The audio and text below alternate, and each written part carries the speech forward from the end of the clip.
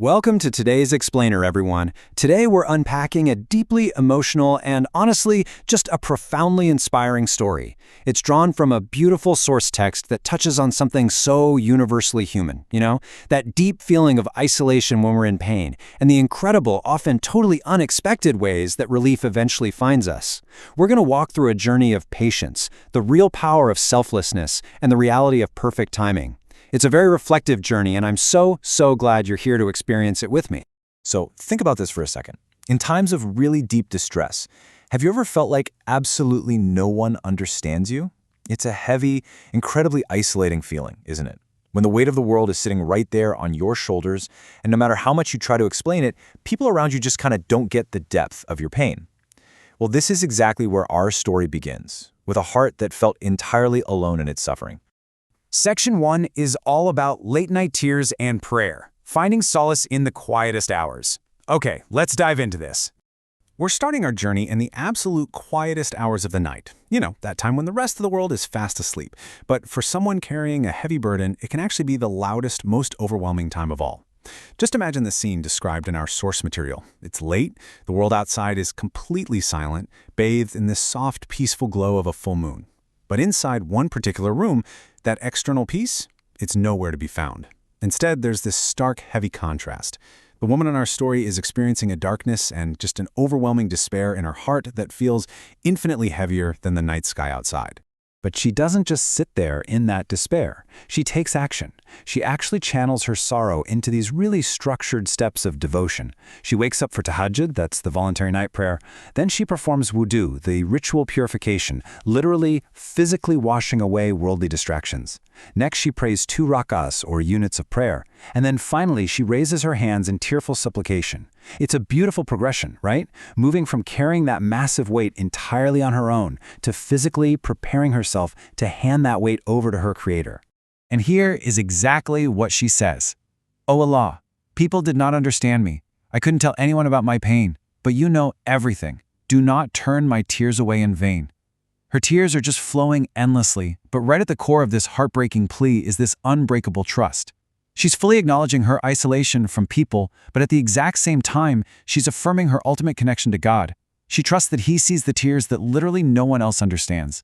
Moving on to Section 2, helping others in distress, where she finds purpose through selflessness. The night eventually ends, and the sun comes up. But the next morning, our narrative takes a really fascinating turn. Now, what's really interesting about this contrast is how stark it is between her internal world and her external actions.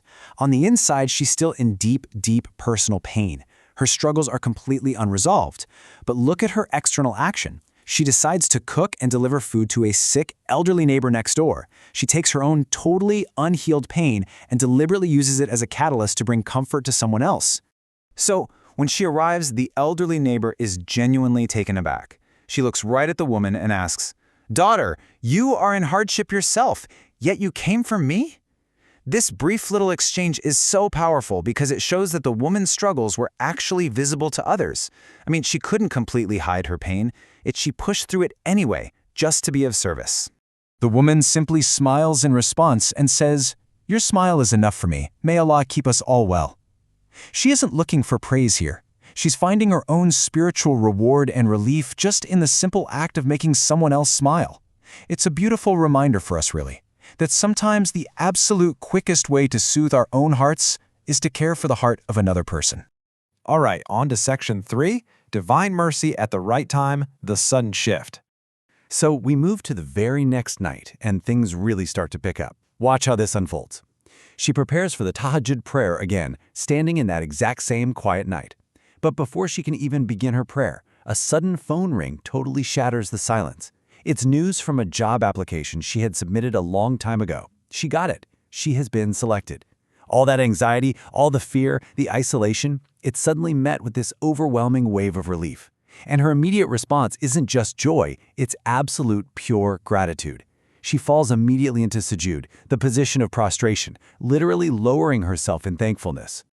Through her tears of joy, she whispers, "O Allah, I thought you were silent, yet you had decreed the most beautiful time for me." This is without a doubt the emotional peak of the whole story. She realizes in this single instant that her previous night's tears were never lost.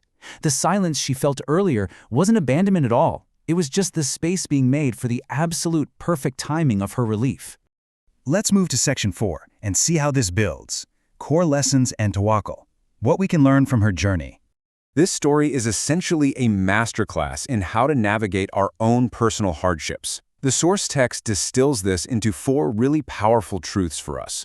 First up, prayers shed in sincerity are absolutely never in vain. They are heard, even when the answer isn't immediate. Second, absolute trust is a believer's greatest anchor when you're in the middle of a storm. Third, and honestly this is a profound psychological truth for all of us, helping others when we ourselves are hurting actively pulls us out of our own despair. It opens doors of mercy, forcing us out of isolation and creating a real cycle of healing. And finally, number 4, the timing of the response is always exact, even if it feels super delayed to us. So the crucial point here is understanding the specific concept, tawakkul. It's defined as the absolute reliance and trust in God's plan, especially during times of hardship or uncertainty. It's exactly what allowed the woman to cry out in pain, but never in hopelessness. It is the active, deliberate choice to believe that even in the pitch dark, you are being guided. And all of this brilliantly illustrates the timeless promise found in the Quran, specifically in Surah Ash-Sharh, "Verily, with hardship comes ease." Notice the wording there. It doesn't say after hardship comes ease, but with it. The relief is completely paired with the struggle. It's working its way towards you at the exact right moment, just like that job offer was already in motion while she was up crying in the middle of the night. Which brings us to a final thought for you to carry forward today. In your moments of silent struggle, when you feel entirely misunderstood or completely alone, are you ready to completely trust the timing of your life? I really hope this explainer brings you some comfort today. May it remind you to be a source of charity to others, even when it's really hard, and may it grant you the patience to wait for your own beautiful timing. Thank you so much for joining me to explore this profound story, and I'll see you next time.